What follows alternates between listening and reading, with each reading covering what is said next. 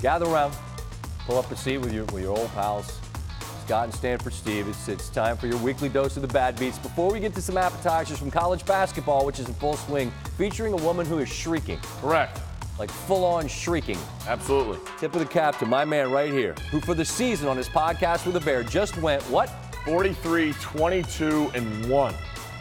I'm not good at the math, but that percentage will get you a statue in Vegas. Absurd stuff. Right next to Uncle Brent. Yep, and you need that type of padding to absorb the bad beats, which are inevitable in this game, like these. College hoops, Choops. Good. Georgia luck. Tech, Northwestern. Northwestern laying 8 here. Yeah, in their home dark jerseys. Confusing. Rolling. Confusing. Jordan Ash, Ryan Taylor, all 3 of these, they're up 28, laying 8. Georgia Tech timeout, got to talk about it. And it worked. The conversation's like, fellas, we came here to compete. And Jose Alvarado's not going to go down without a fight. Coach Pastor doesn't swear. I would be swearing down 28. Alvarado off the steal there. Khalid Moore got it to him. Then Alvarado. Oh, spin game and float game, Steve. This is a ball game, 10-point game. Now we're in dire straits. We're on the number late. You got to avoid the 3. Get the rebound. Abdullah gave the putback, and now you're in a horrible situation where you need free throws just to push. Advantage push. You just need free throws for a push. Thankfully, if you are on Northwestern, you got a good free throw shooter. Taylor at the line, makes 1. Need it. Got to have it. All right, a push, Steve's better than a loss. All good. Push is no action. Still time left on the clock, Scott. Yeah, push, no action.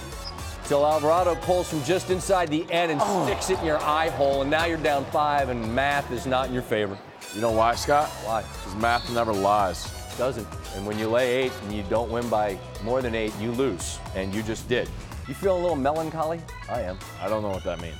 It means you feel sad that last Saturday was the final Saturday where we got a full slate of college football. Why don't you just say you're sad? I'm sad. Army, Navy coming up this next weekend, but beyond that, and the Bulls in the playoffs, sports mostly in the rear view. The only good news associated with that, there will be no more nonsense like this. One last time, let's give you a little part 2 college football. East Carolina, NC State, a lot of push-ups going on there for Woofy. Look at those unis for the Pirates. We're just waiting for the season to end, and we need a stop if we're on the under. ECU got rid of the ball.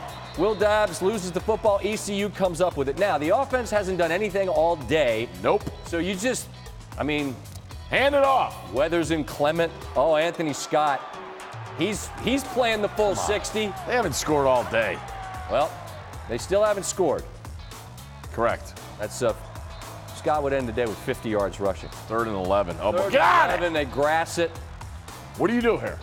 I tell you what I do, call timeout and kick a field goal.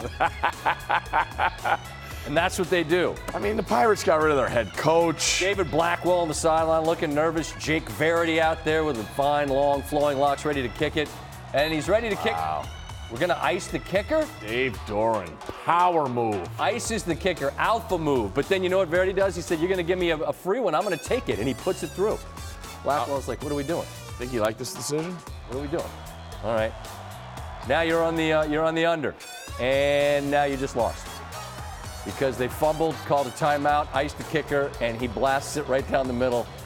As the season ends, they get on the board to lose 58-3. Coach Blackwell is 0-1 as a head coach, but his team is 1-0 with the over in games he's coached. Correct. People take note. East Carolina, though, they announced a new head coach, Mike Houston from James Madison.